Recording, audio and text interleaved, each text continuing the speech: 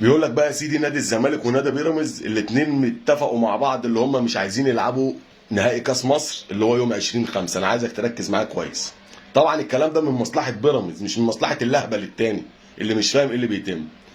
بيراميدز عايز من مصلحته ان الماتش يتاجل. ليه؟ يكون الدولي عشان يبقى في تجمع دولي، يكون الدوليين بتوعه رجعوا ويلعب اللهبل ده بكامل قوته وياخد منه الكاس. انما التاني مش فاهم كده. التاني اهم حاجه عنده يكيد في مين؟ في النادي الاهلي، علشان مصلحته لو الماتش ده اتاجل يضيع على زيزو اللي يلعب كاس عالم للانديه.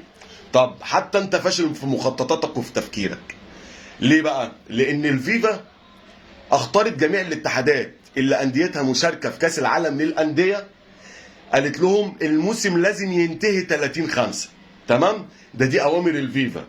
طيب الرابطه في بدايه الموسم لما اعلنت نظام الدوري الجديد، اعلنت ان الدوري ده هينتهي او الموسم ده هينتهي خالص 30/5.